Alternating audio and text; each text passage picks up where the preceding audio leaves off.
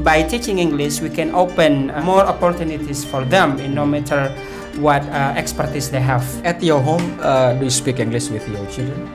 Some, harus tahu. Ya meskipun ya senajan tak tahu Inggris, tak kira masuk neraka kan. Tapi beda loh sekarang, dosen yang tahu bahasa Inggris, yang nggak tahu bahasa Inggris ini ada kesempatan yang lebih. Sahabat podcast mahasiswa, kali ini saya mengundang dosen saya ini. Jadi beliau ini merupakan dosen saya, juga merupakan tutor saya. Jadi kompleks ya. Jadi guru, tutor, juga dosen. Kalau nggak salah semester 3 Pak ya. Dan beliau ini merupakan salah satu dosen karena beliau ngajar bahasa Inggris. Jadi motivasi untuk mahasiswa belajar bahasa Inggris itu benar-benar dilakukan all out ya. Jadi sungguh-sungguh begitu. Jadi sampai hari ini beliau tetap mengajar bahasa Inggris. Tentu beliau juga ada motivasi selain untuk mengajar Pak ya. Jadi sebenarnya kalau ditanya ini Pak, jadi mahasiswa baru atau mahasiswa yang mau melanjutkan S2 tentu bahasa Inggris juga penting Pak. Okay, Bismillahirrahmanirrahim. Thank you very much, Ongki, and I'm so proud of you and also your team karena this is something great gitu, menjadi YouTuber itu terutama era sekarang ini adalah amazing. My name is Abdul Wafi. You can call me Mr. Wafi. Saya dosen bahasa Inggris because I was graduated from S1-nya di Unibdu ya. Unibdu. Di mana Pak? Unibdu Jombang. Di Jombang. Universitas Darul Ulum. Pesantren Darul Ulum Jombang. Alumni pesantren Pak ya? Bukan. Tapi kan aku berangkat dari Pare dulu. Iya, siap. Pare Jombang itu kan sekitar 1 jam. Nah, aku jurusannya sastra Inggris, English Letters. Kemudian lulus tahun 2006. Kemudian pada saat itu sambil ngajar di Pare Kampung Kursus mulai dari 2002 sampai 2009. Nah, habis 2009 ini saya pindah ke Malang di UM, Universitas Negeri Malang, ambil pendidikan bahasa Inggris dan lulus tahun 2011 akhir. Nah, 2012 pindah ke Madura dan di Yayan Madura. And kalau ngomong bahasa Inggris ya, I'm telling you that saya merasakan bahwa manfaat bahasa Inggris bagi saya. Saya tahu belajar bahasa Inggris dari dulu itu ngajar di Pare itu manfaatnya.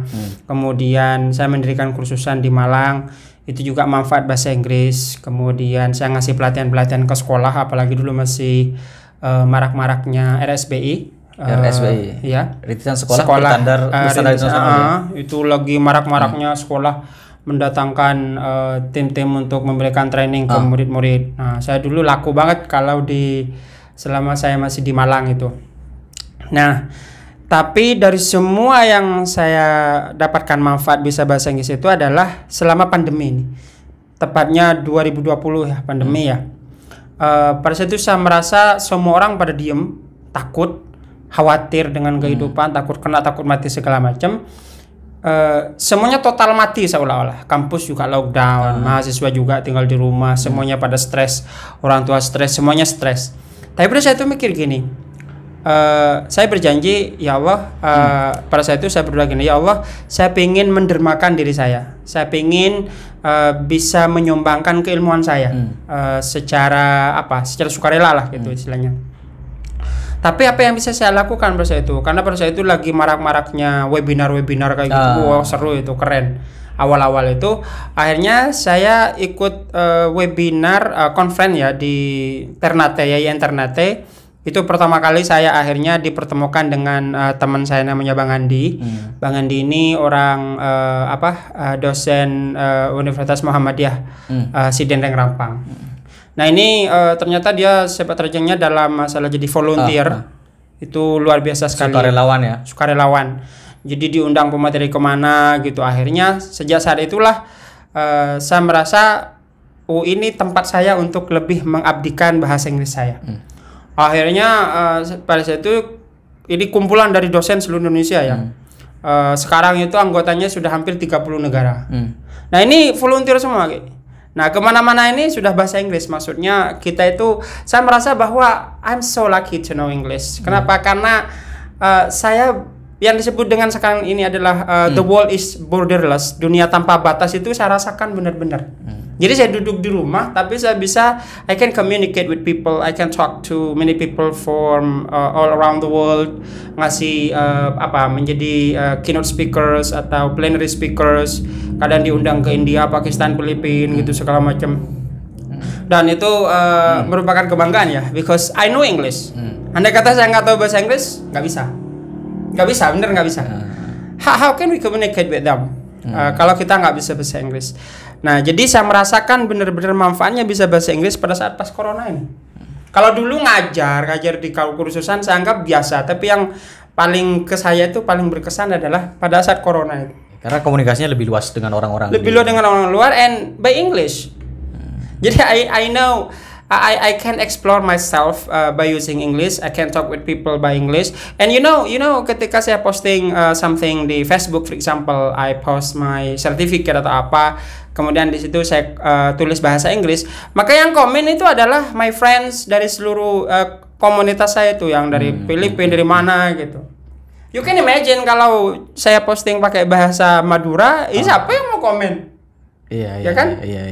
Jadi totally amazing. Kalau apalagi sekarang ini dosen terutama ya sangat dituntut untuk bisa bahasa Inggris. Dan hari ini kursusan masih ada, Pak? Masih. Kalau yang di rumah sini itu fokusnya pada saat liburan pesantren. Jadi saya ngadakan kursusan bulan Ramadan selama 20 hari. Dan program yang paling andalan saya itu adalah terapi ngomong Inggris versi MUI. Saya juga nulis buku itu hasil pengalaman selama di Pare. MUI bukan Majelis Ulama Indonesia, Majelis Ulama Inggris. Ya. Saya kan bagian dari ulama Inggris karena saya bisa paham bahasa Inggris. Iya. Majelis Ulama Inggris. Majelis Ulama Inggris, ya. Itu buku berapa, Pak? Saya rasa saya nggak tahu itu buku berapa, cuman yang jelas selama ini yang paling berkesan buku itu gitu. Majelis Ulama Inggris. Ya, karena itu luar biasa. Saya kemarin nulis dengan mahasiswa juga yang judulnya dosenku mahasiswa saya itu. Juga itu ada yang bertanya, ini kok judulnya kok aneh ini kemana? Dosenku mahasiswa saya gitu. Iya. Maksudnya apa? Jadi isi buku itu tentang komentarnya mahasiswa dan juga dosen. Yang mahasiswa bilang dosenku, yang dosennya bilang mahasiswa saya. Jadi tidak ada yang berlawanan maksudnya. Tidak ada yang berlawanan. Karena ada komanya, Pak. Ada komanya. Ada. Jadi gitu. Ada yang bilang berarti itu mahasiswaku dosenku mahasiswa saya, dikiranya itu dosennya menikahi mahasiswa gitu. Bukan. Sampai juga di kelas itu terkenal energik dan lucu ketika menjelaskan tentang bahasa Inggris gitu. But lucu doesn't mean funny, right? Iya. Kalau funny itu lucunya cenderung negatif ya. Kalau bilang funny, wow you look so funny, itu cenderung negatif. Mungkin hidungnya lubangnya 3, 4 gitu. Jadi kelihatannya lucu orang. But if you say giving some humors, so I can say yes. Ya karena basically I love being not too serious. Jadi kalau terlalu serius saya pusing gitu. Makanya saya try to make everything relax. Dan itu bagi saya asik akhirnya, terutama for me personally. Meskipun ada sebagian orang yang probably they don't really like having humor too much. But for me, I think this is the best way how to make emotional relationship with other people by making them laugh. Buat mereka ketawa, maka ketawa ini adalah jarak yang paling terdekat untuk membuat hubungan kita jadi lebih asik. Dan sampai hari ini mengajar tetap dengan humor itu, Pak? I love it. Saya kalau terlalu serius susah. Oke. Jadi ketemu di mana itu, Pak? Jadi model-model humornya tadi itu ketemu di mana? Itu personally berangkat dari saya, because saya dulunya saya nggak kayak gitu. Jadi dulunya saya kan dulu saya kena penyakit kulit nih. Jadi waktu masih SD, penyakit koreng yang ini. Akhirnya ini lama ini banget. Jadi membuat secara psikologis saya tuh jadi merasa I hate myself. Kenapa? Karena kalau mau ngomong sama orang itu saya merasa jijik diri sendiri. Apalagi orang lain, saya sendiri aja nggak ini. Akhirnya itu bertahan sampai SD, SMP, MTS ya. Karena saya ada MTS Pakong. Kemudian habis itu pindah ke pondok. Kemudian mau kelas 3 Alia karena habis itu saya harus jadi guru tugas. Jadi mau masuk kelas 3 ini saya langsung mikir gini loh. Kalau saya jadi pemalu kayak gini, saya jadi orang minder kayak gini, gimana nanti saya mau ngadepin masyarakat? Iya. Akhirnya sudah saya pingin bagaimana bisa tampil all out, terus melatih diri untuk bisa tampil menjadi menarik perhatian orang, kemudian bisa ngobrol dengan orang, dan akhirnya jadi mengkonsumsi humor segala macam. Kalau dilihat itu sekitar tahun 1999 itu titik awal saya dari yang sebelumnya terkekang oleh perasaan minder, kemudian insecure about myself. Itu merupakan titik awal tahun 99. Jadi itu kalau ngajar ada humornya itu disiapkan atau ketemu di kelas, Pak? Itu karena pengalaman ya. Karena di Pare awalnya dari 2002 sampai 2009 ini. Jadi tahun pertama ya kaku karena masih baru-baru. Jadi terus tahun kedua penyesuaian terus, akhirnya seperti itu. Kalau mau hidup yang normal dalam artian pingin merubah dari satu yang zero untuk menjadi hero ini, kalau jalannya standar gitu, you can have 1, 2 or 3 years itu baru sudah ketemu dengan your real you gitu kan. Jadi apa humor andalannya, Pak, ketika ngajar sampai hari ini yang sering dipakai untuk mencampur sisi edukasinya juga humornya, Pak? Kalau untuk mencairkan suasana dengan anak itu biasanya ketika ada anaknya itu paling stres saya itu ketika Bapak masih ingat saya gitu. Wah, itu paling stres saya itu. Gimana saya mau ingat, tapi kalau wajah saya ingat gitu. Terus Bapak masih ingat saya, siapa nama saya gitu. Jadi saya jawab aja, oh kamu namanya Sanusi. Bukan Pak, siapa? Ahmad. Loh, kamu ganti nama ya? Gitu kan berarti saya kan memang kata aslinya. Jadi dengan itu di akhirnya ketawa gitu. Jadi kalau di humor-humor yang bisa membuat apa yang selalu saya pakai di kelas ya bagaimana biar mereka ketawa gitu. Dan itu harus diciptakan dari pola pikir kita yang selalu kreatif, imajinatif, dan itu bisa diperoleh kalau kalian sering-sering mengkonsumsi film humor, film-film lucu kayak Tom and Jerry gitu-gitu. Karena dengan mengkonsumsi yang lucu-lucu itu, maka imajinasi otak kita pingin ngelucu terus akhirnya. Oke. Ya. Jadi tapi kalau kita mengkonsumsi yang serius-serius terus, susah untuk humor. Susah, Pak ya? Susah karena memang karena mindset kita akhirnya jadi serius terus. Oke. Jadi kalau pingin humor-humor kayak gitu ya itu akan tercipta dengan sendirinya kalau kita sudah punya imajinasi yang humor-humor itu. Dari awal ngajar sampai sekarang itu yang dipakai untuk menyenangkan. Iya, dipakai dan itu berkembang sesuai dengan kondisi kelas. Ya, jadi apa yang bisa dijadikan humor ya tergantung di kelas lah gitu. Oke. Bukunya itu juga humor, Pak. Jadi Majelis Ulama Inggris orang mengira MUI itu. Ya benar. Banyak yang ini yang bilang itu ini kok ada kayak gini. Iya, Majelis Ulama Inggris. Kok kayak gini? Ya saya anggap itu adalah bagian dari promosi kan.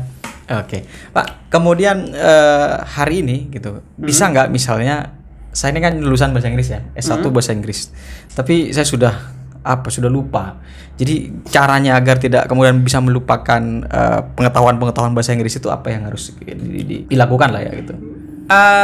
Make yourself full of English. Make your day full of English. Make your room full of English. And the main point just try to make it. You have to make English as the nuance of your life. And you try to have it. I mean, when you try to have it in your daily life, you make it as your friend. You make it as daily consumption. So I think finally your mind, your everything will be what is that? Will be let's say influenced by English. Kalau sudah dipengaruhi oleh bahasa Inggris, maka semuanya nanti akan tergerak dengan sendirinya, dan apalagi kalau orang yang sudah pernah punya basic bahasa Inggris itu akan muncul kembali apa yang sudah dipelajari dulu itu. Nah, ini dari sisi pola metode sampean mengajar, Pak ya. Jadi ini sekarang dari sisi mahasiswa. Jadi apakah mahasiswa yang masuk bahasa Inggris itu tahu semua tentang bahasa Ya Inggris? enggak lah, banyak banget mahasiswa TBE yang satu salah masuk, yang kedua saya rasa pembelajaran bahasa Inggris sampai sekarang masih belum dikatakan kurang berhasil ya. Karena banyak anak-anak tuh yang mereka belajar bahasa Inggris dari TK, SD, SMP, SMA. Ketika masuk prodi bahasa Inggris misalnya, itu pun mereka kemampuan bahasa Inggrisnya nggak semuanya bagus. Ada yang basic aja kadang mereka itu masih harus mulai lagi. Kenapa seperti itu? Karena satu masalahnya bahasa Inggris di Indonesia ini masih menjadi foreign language. Jadi bahasa Foreign asing. language. Foreign language ini berarti bahasa Inggris tetap dipelajari, diajarkan, tapi nggak dipakai dalam keseharian. Tetap sebagai bahasa asing ya? Iya, jadi kalau kayak gitu maka pembelajaran bahasa Inggris tetap susah untuk dikatakan berhasil. Dilihat aja, mulai SD, SMP, SMA belajar bahasa Inggris mana? Sampai sekarang kan anak-anak nggak tahu bahasa Inggris yang benar apalah yang dianggap berhasil belajar bahasa Inggris itu nggak susah. Nah, jadi pertama karena bahasa Inggris sebagai bahasa asing. Iya. Nah, gimana caranya biar anak-anak itu cepat bisa bahasa Inggris? Maka jadikan ini sebagai bahasa Inggris sebagai bahasa kedua. Bahasa kedua ini berarti bahasa Inggris sudah mulai dipakai dalam keseharian. Nah, kalau pingin pemerintah mau ya, maka pemerintah misalnya nanti memberikan kebijakan, misalnya kalau memang mau ya, bahwa di konferensi-konferensi ini harus berbahasa Inggris, pembelajaran di sekolah harus berbahasa Inggris, mau cepet itu sudah. Apalagi di Madura Pak ya? Apalagi di Madura. Iya. Cuman kan ada yang nggak setuju karena nanti takutnya bahasa Madura tergeser apa segala macam. Tapi memang sekarang kondisinya kayak gini. Jadi bahasa Inggris itu today bukan suatu kebutuhan lagi, tapi keharusan. Iya. Mau tidak mau harus mau tahu. nggak mau harus tahu. Harus tahu. Ya meskipun ya senajan tak tahu bahasa Inggris tak kira masuk neraka kan gitu. tapi beda loh sekarang loh. Dosen yang tahu bahasa Inggris dengan yang nggak tahu bahasa Inggris ini ada kesempatan yang lebih yang nggak akan dimiliki oleh yang nggak tahu bahasa Inggris. Iya. Apalagi itu. Jadi kalau bisa bahasa Inggris, apapun keilmuan kita, kalau bisa bahasa Inggris, maka kita akan mendapatkan lebih banyak kesempatan. Betul. Jadi YouTuber misalnya, ditambah dengan bisa bahasa Inggris, maka kan cakupannya nggak cuma nasional kan? Bisa ditonton lebih Bisa banyak tonton orang. lebih banyak orang. Karena bahasa internasional. Bahasa internasional. Nah, kalau ini bahasa for example, we are talking about Indonesian language, for example. Kita pakai bahasa Indonesia terus. Jadi orang yang luar yang menonton probably kalau mereka senang karena ngelihat kontennya mungkin harus butuh terjemahan kan? Translate ya. Translation kan. Dan sekarang ini dikatakan mahir berbahasa itu harus bisa ngomong. Kalau nggak bisa ngomong belum dikatakan bisa berbahasa. Karena indikator orang bisa berbahasa itu bisa ngomong. Meskipun pintar nulis nggak ini. Kalau pintar nulis, jadi di buku ini dikasih tahu bahwa indikator orang bisa dikatakan bisa berbahasa itu lebih bisa ngomong. Kenapa? Karena dengan ngomong ini kan lebih fleksibel untuk komunikasi. Kalau nulis kan masih agak susah kan. Iya. Jadi dari mahasiswanya sampean ini, Pak. Jadi berapa persen kira-kira yang sudah tidak basic lagi bahasa Inggrisnya? Misalkan dari satu kelas ini berapa persen yang sudah lancar? Berapa persen yang harus mulai dari awal gitu? Kalau dikatakan persen-persen gini, selama ini yang saya rasakan gitu ya, anak-anak yang proses belajar bahasa Inggrisnya itu cepat, itu karena faktor dari dirinya suka. Meskipun basic dari awal, semester 1 bisa. Kalau orangnya suka, maksudnya suka banget gitu, apalagi semakin suka semakin cepat dia bisa kan. Nah, yang susah ini adalah melayani anak-anak yang nggak suka. Yang nggak suka sama bahasa Inggris, meskipun dia ikut bahasa Inggris, tapi dia kan kadang terpaksa karena ikut orang tuanya atau apa gitu, bukan karena dari dirinya benar-benar suka gitu kan. Nah, ngelayani anak-anak yang kayak gini ini, maka dibutuhkan bagaimana caranya bahasa Inggris disukai dulu gitu.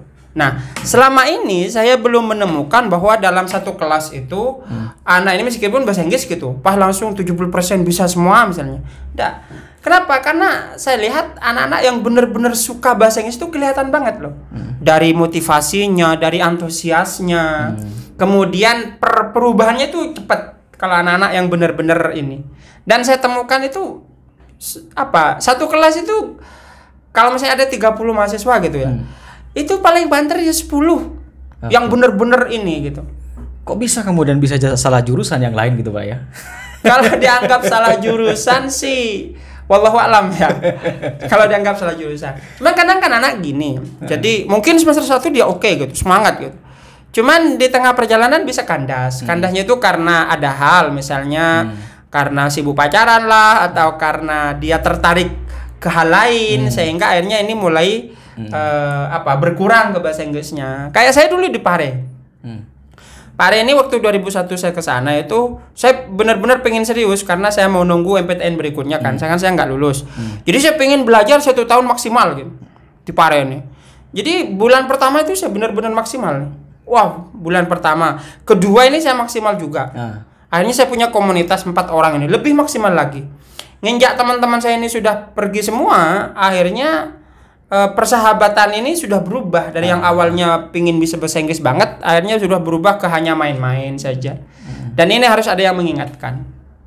Begitu ya, pola-polanya ya. Jadi polanya itu kalau misalnya, karena motivasi ini kan naik turun. Betul. Ada kalanya mungkin 1 semester kita semangat, tapi semester 2 kita sudah mulai down. Nah makanya dibutuhkan 1 motivasi dari diri, terus yang kedua kita gabung dengan orang-orang yang punya motivasi yang. Di Yayan ngajar mata kuliah apa Pak? Kalau sekarang karena home base saya kalau dulu kan home base saya di TBI, kemudian dipindah lagi, tetap saya ada bahasa Inggris secara umum. Kalau di MPI saya sekarang di MPI. Bahasa Inggris umum ini ngajar di semua fakultas. Bahasa Inggris secara umum ini maksudnya ngajarin bahasa Inggris pada non prodi bahasa Inggris. Nah ini kan tantangan berat nih, karena anak-anak kan rata-rata nggak suka bahasa Inggris kan. Nah begitu. Ya makanya cara saya ngajarin ke mereka itu ya fleksibel aja lah. Kalau emang mereka benar-benar susah dan hanya pengen sekedar lulus aja di mata kuliah saya, ya saya layani juga. Jadi nggak harus maksa harus ini, enggak. Jadi ngajar di prodi ekonomi gitu ya, ngajar di PAI, di bahasa Arab gitu. Bahasa Arab, tapi bahasa Inggris. Tapi ngajar bahasa Inggris, bahasa Inggris umum lah istilahnya. Bahasa Inggris umum ya, karena bahasa Inggris umum itu tujuannya 1 bisa berbicara, 2 bisa menulis, meskipun dasar-dasar. Tapi nggak ikut dibenci waktu ketika ngajar, nggak ikut dibenci sama anak-anak. Nggak ada, sama ini nggak ada ya. Karena untuk membuat anak bisa banget itu kan nggak cuman dari tugas saya kan. Iya. Jadi motivasi anak itu harus benar-benar totally motivated, full of enthusiasm, baru dia akhirnya nyambung dengan saya. But so far I try to accommodate all. Saya mencoba mengakomodir semuanya, whatever their kondisinya separah apapun, tetap yang penting 1, you just come to my class. Kalau sebelum daring itu yang penting 1 kalian masuk di kelas, yang kedua do what I say, lakukan apa yang saya ini, sudah kalian lulus. Kalau pengen lebih saya tawarkan beberapa tantangan-tantangan. Jadi yang terakhir Pak, saya juga pernah ngajar bahasa Inggris Pak di pondok. Mengajar ternyata tidak sekedar motivasi mengajar Pak. Jadi sampean sudah lama mengajar bahasa Inggris, tentu ada motivasi lain selain profesi mengajar. Artinya semangat mengajarkan bahasa Inggris itu selain motivasi mengajar, motivasi terdalamnya untuk membuat anak-anak tahu bahasa Inggris itu apa Pak? Saya dulu ingat sama pesan guru saya ya, waktu di pondok beliau bilang bahwa barang siapa yang tahu bahasa suatu kaum maka dia akan selamat dari tipu daya. Dan itu saya rasakan sampai sekarang luar biasa. Waktu saya di Jawa, karena saya nggak bisa bahasa Jawa, jadi ada teman-teman saya yang mengolok-olok pakai bahasa Jawa, saya cengar-cengir aja karena saya nggak ngerti kan. Nah, jadi kalau kita ngajarin bahasa apapun, maka berarti otomatis kita membantu mereka untuk selamat dari tipu daya. Dan banyak dari kita yang tertipu, yang nggak tahu bahasa Inggris, banyak yang tertipu dengan kondisi sekarang ini.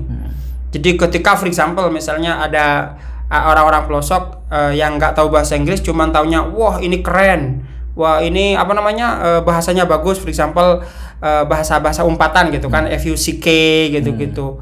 Itu kalau dipakai anak-anak kecil yang nggak tahu artinya, yang cuman sekedar make aja kan, dianggapnya keren, padahal kan that's bad gitu kan. Jadi motivasi saya yaitu 1, mencoba untuk mengajarkan bahasa agar anak-anak itu bisa minimal nggak tertipu banyak lah gitu. Nggak tertipu banyak dengan kondisi kita. Ya terus yang kedua yang pengen saya ini bahasa ini is a tool. Bahasa adalah sebagai alat. So by giving them, jadi kalau kita ngajarin mereka itu terserah apapun mereka nanti keilmuannya, kalau kita barengi dengan bahasa Inggris, maka dia akan lebih banyak kesempatan untuk ini. So by teaching English, we can open more opportunities for them in no matter what expertise they have. Itu yang paling penting. Jadi dengan bahasa itu we can reach more opportunities than the people who don't know English. But I know that the tools of understanding English today is very mini. It's very mini. I think it's very mini. Yeah. So let's say like U dictionary. Itu namanya sekarang open sources ya, open sources. Just you speak by handphone and there is the translation. Yes. Jadi kalau sekarang anak-anak bilang, wah saya susah mau belajar bahasa Inggris, berarti mereka gaptek. Jadi artinya bagaimana? Di sisi lain memang ada yang mengajarkan secara alami gitu kan. Di sisi lain juga sekarang muncul U dictionary, kamus itu kan kayak orang udahlah nggak usah belajar gitu kan. Udah ada kamus gitu. Itu jadi hambatan nggak? But basically gini, karena emang sekarang era online ya. Jangan sampai kita itu menjadi makhluk offline yang hidup di negeri online ya. Kita nanti apa nanti kita heran-heran sendirilah nanti kalau kita hanya mempertahankan keofflinean kita. Keofflinean kita itu kayak apa ya? Belajar harus pegang kamus yang printed, misalnya yang tebel, harus masuk ke kelas, harus ini kan online offline semua gitu. Nah, justru anak-anak yang memanfaatkan negeri online ini, maka dia kesempatannya satu lebih cepat untuk bisa, yang kedua lebih banyak variasi-variasi yang dia bisa pakai. Banyak itu sudah anak-anak yang otodidak. Kemudian dia tanpa harus menghadiri kursusan masuk kelas, tapi dia bisa. Jadi jangan jadi makhluk offline yang hidup di negeri online. Jadi maksud saya Pak, jadi misalnya ada alat-alat yang kemudian membuat orang ngerti bahasa Inggris tidak perlu belajar. Apakah nanti pembelajaran bahasa Inggris akan punah kan begitu Pak? Jadi seperti U dictionary pergi kemana tinggal ngomong aja nanti ditranslate itu. Tidak akan punah. Cuman yang jelas gini, ke teknologi ini sehebat apapun teknologi kan dia nggak punya hati gitu. Tergantung kitanya tetap. Nah, yang bagus tuh gimana? Ya terlalu mengagung-agungkan teknologi juga nggak bagus. Kemudian terlalu mengagung-agungkan, ini harus ketemu di kelas biar barokah banyak segala macam gitu kan. Yang bagus gimana? Memaksimalkan ini, memaksimalkan gurunya ini kita combine. Nah, jadi kayak tadi nggak harus masuk kelas misalnya, silahkan dipakai juga. Harus masuk kelas, ya masuk juga. Cuman gini, yang nggak harus masuk kelas itu dalam artian kalian bersikuku bahwa totally akan pasti bisa kalau kayak gini misalnya, kan nggak semua orang, because satu kunci itu kan nggak bisa open thousand doors. So, at your home, do you speak English with your children? Some, with my wife, just some of the time, but saya merencanakan bahwa because my son ini kelas 3 sekarang, jadi masuk kelas 4, saya selalu wanti-wanti gini, I want to make you as YouTuber. Saya pengen like this YouTuber. Ya, jadi saya pengen kamu jadi YouTuber. Maksudnya apa? Kamu harus terbiasa dengan kehidupan online dalam English environment. English environment. Makanya saya gini kan, kalau kamu jadi YouTuber, I want to prepare everything. Saya mempersiapkan alat-alatnya, HP-nya yang agak bagus, ini yang bagus, dengan syarat satu, ngaji kamu harus rajin, sholat rajin. Yang kedua, berikutnya adalah kamu harus bisa bahasa Inggris. Itu motivasi saya. So sometimes anak saya nanya to my wife. Jadi kadang saya pakai bahasa Inggris with my wife. Tapi masih belum di-force banget. Biar dia sometimes ya. Sometimes. Tetap kita sudah mulai giring dia untuk lebih familiar with English. Okay, thank you Mr. Wafi for coming to this video. Thank you for you who watch this video. Karena saya sudah banyak lupa Pak. Jadi saya akhiri ya. Terima kasih teman-teman. Terima kasih Pak Wafi sudah datang ngobrol-ngobrol. Nanti mungkin kalau ada bule datang ke sini bisa nanti misalkan datang berkenan podcast, nanti saya ngundang saya. Bisa. Saya juga mau belajar nanti bertiga Pak. Oke, terima kasih.